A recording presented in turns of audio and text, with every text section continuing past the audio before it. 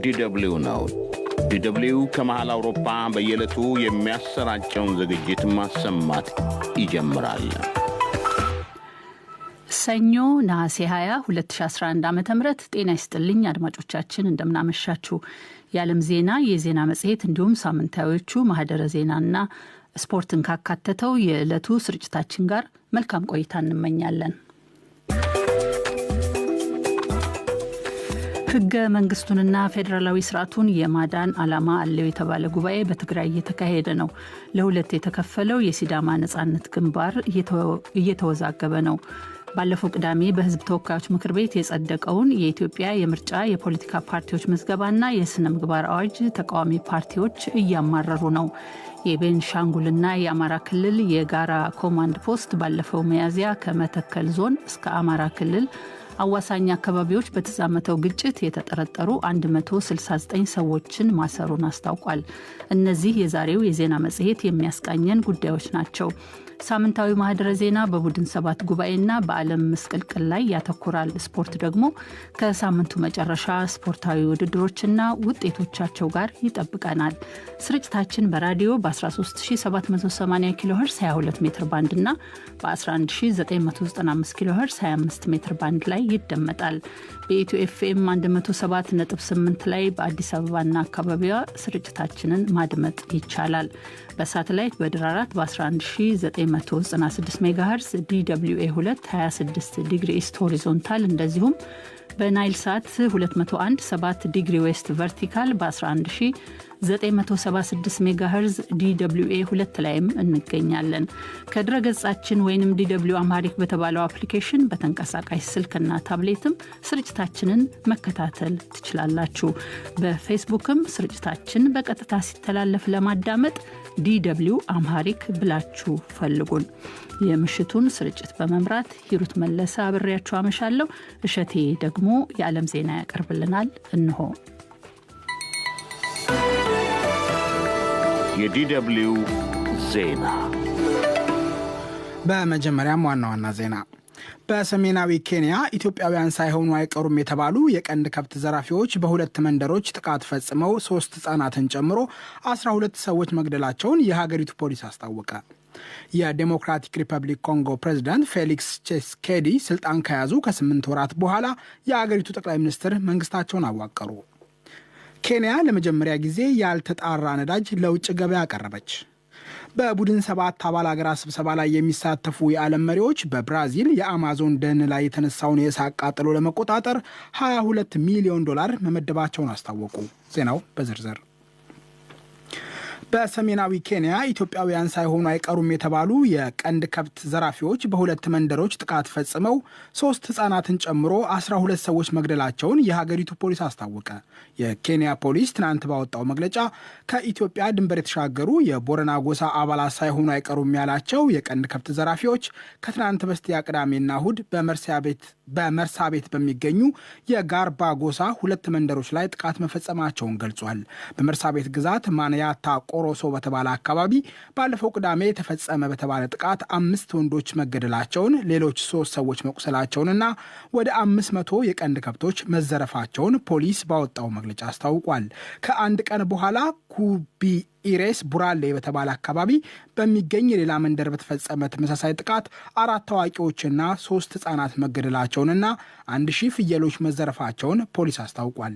የኬንያ ፖሊስ ወንጀለኞቹን እየፈለገና ሌሎች መሰል ጥቃቶችና ግድያዎች እንዳይፈጸሙ አካባቢውን እየተቆጣጠረ መሆኑን አስታውቋል።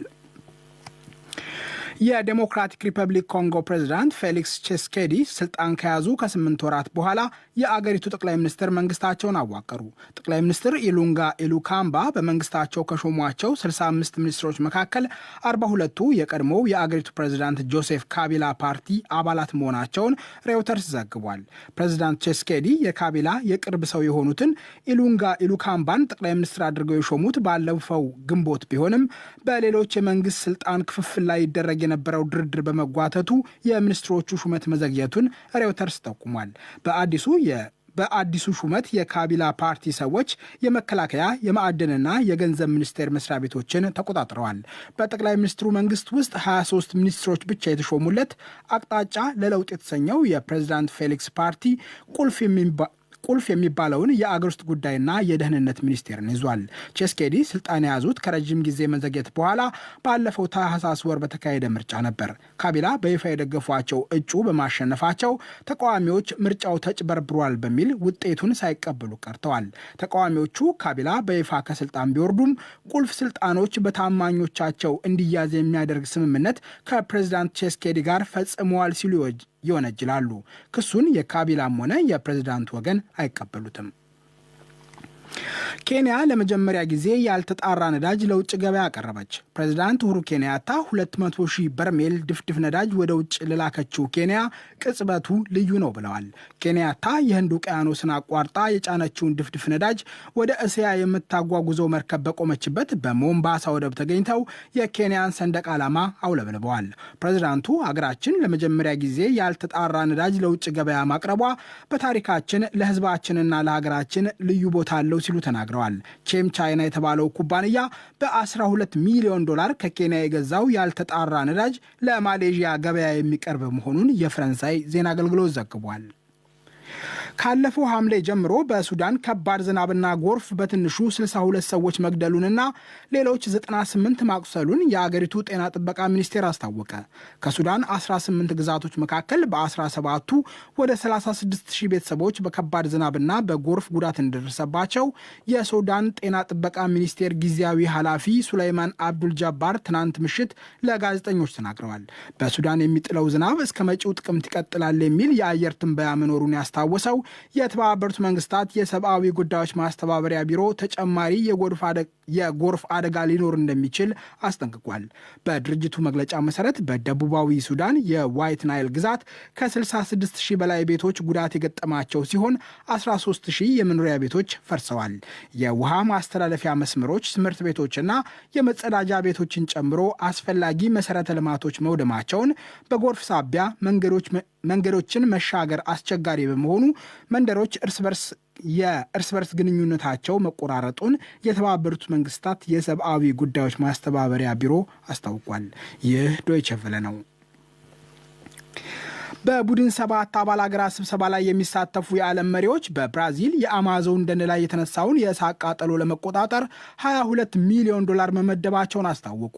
ገንዘቡ በዋናነት የእሳት ማጥፊያ አውሮፕላኖች ለማቅረብ የታቀደ መሆኑን የፈረንሳይ ዜና አገልግሎት ዘግቧል።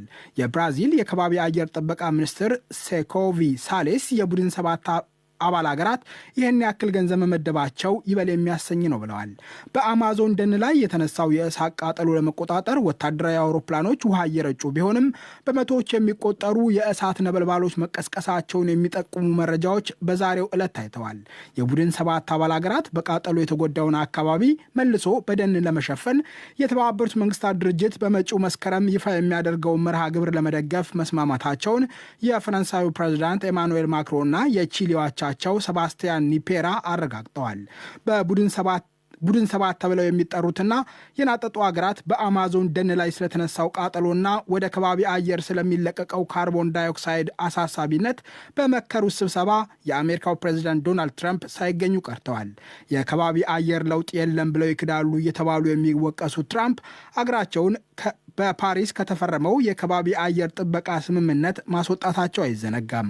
በደቡባዊ ፈረንሳይ ቢያሪትስ ከተማ በተካሄደው ስብሰባ ላይ የተገኙት የተባበሩት መንግስታት ድርጅት ዋና ጸሐፊ አንቶኒዮ ጉተሬስ ግን በከባቢ አየር ለውጥ ሳቢያ አስከፊ መሆኑን ጠቁመዋል። ግሪንላንድ በአስደናቂ ፍጥነት እየቀለጠ ነው። በሐምሌ ወር ብቻ 179 ቢሊዮን ቶን በረዶ ቀልጧል። በሳይቤሪያ፣ በአላስካ፣ በካናዳ፣ በግሪንላንድ የአርክቲክ ዙሪያ የተነሱ ቃጠሎችን ስንመለከት በሰኔ ወር ብቻ 50 ሜጋቶን ካርቦን ዳይኦክሳይድ ወደ ከባቢ አየር ተለቋል። አሁንም በአማዞን ምን እየሆነ እንደሆነ እየተመለከትን ነው። ስለዚህ ይህ የአየር ጠባይ ጉዳይ አስቸኳይ ነው። የፓሪስ የከባቢ ስምምነት ከተፈረመበት ጊዜ አኳያ በአስከፊ ጊዜ ላይ እንገኛለን። የፓሪሱን ስምምነት የፈረሙ ሀገራት ቃላቸውን ሊያከብሩ እንደሚገባ የተናገሩት ዋና ጸሐፊው የዓለም ሀገራት የከባቢ አየር ለውጥን ለመግታት የበለጠ መስራት እንዳለባቸው አሳስበዋል። በቻይናና በአሜሪካ የንግድ ጦርነት ሳቢያ የዓለም ምጣኔ ሀብት እድገት 1% ገደማ መቀነሱን የዓለም አቀፉ የኢኮኖሚ ትብብርና ልማት ድርጅት ዋና ጸሐፊ አንጌል ጉሪያ ተናገሩ። ኃላፊው ከጊዜ ወደ ጊዜ እየበረታ የሄደው የሁለቱ ልዕለ ሀያላን የንግድ ሰጥ አገባ መፍትሄ ሊበጅለት እንደሚገባ ተናግረዋል። በፈረንሳይ የቤራትሪዝ ከተማ በተካሄደው የቡድን 7 ሀገራት ስብሰባ ላይ የተገኙት አንጌል ጉሪያ ለዶይቼ ቬለ እንደተናገሩት የቻይናና የአሜሪካ የንግድ ግጭት በዓለም ምጣኔ ሀብት ላይ የከፋ ተጽዕኖ ማሳደሩ በተጨባጭ ታይቷል። ባለፈው ዓመት የዓለም ኢኮኖሚ በ2019 በ4% ያድጋል የሚል ቅድመ ትንበያ ነበረን። ይኸው ዛሬ ላይ ቆመን እድገቱ 3.2% ምናልባትም ከዚያ በታች ይሆናል እያልን ነው። የንግዱ ጥረቱ በዓለም ኢኮኖሚ ላይ ያሳደረው ጫና በትክክል ሲለካ 1% ገደማ ቅናሽ አሳይቷል ማለት ነው። በዚህ ሳቢያ በወጪ ንግድና በኢንዱስትሪዎች ውስጥ በሺዎች በመቶ ሺዎች ምናልባትም በሚሊዮኖች የሚቆጠሩ የሥራ ዕድሎች ሊኖሩም ላይኖርም ይችላሉ ማለት ነው። ስለዚህ ተጽዕኖ እጅግ የከፋ ነው። አሜሪካ $250 ቢሊዮን የሚያወጡ የቻይና ሸቀጦች ወደ ገበያዋ ሲገቡ የሚከፈልባቸውን 25% ቀረጥ ከመጪው ጥቅምት ወር ጀምሮ ወደ 30% ከፍ እንደምታደርግ ባለፈው አርብ አስታውቃለች። የፕሬዝዳንት ዶናልድ ትራምፕ አስተዳደር እርምጃውን የወሰደው ቻይና $75 ቢሊዮን በሚያወጡ የአሜሪካ ሸቀጦች ላይ የምታስከፍለውን ቀረጥ እንደምትጨምር ካሳወቀች በኋላ ነው። ይህ ዶይቼ ቬለ ነው።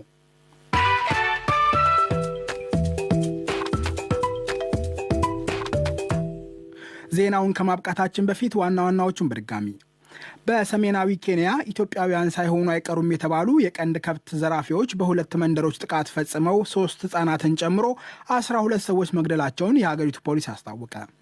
የዴሞክራቲክ ሪፐብሊክ ኮንጎ ፕሬዝዳንት ፌሊክስ ቺሴኬዲ ስልጣን ከያዙ ከ8 ወራት በኋላ የአገሪቱ ጠቅላይ ሚኒስትር መንግስታቸውን አዋቀሩ።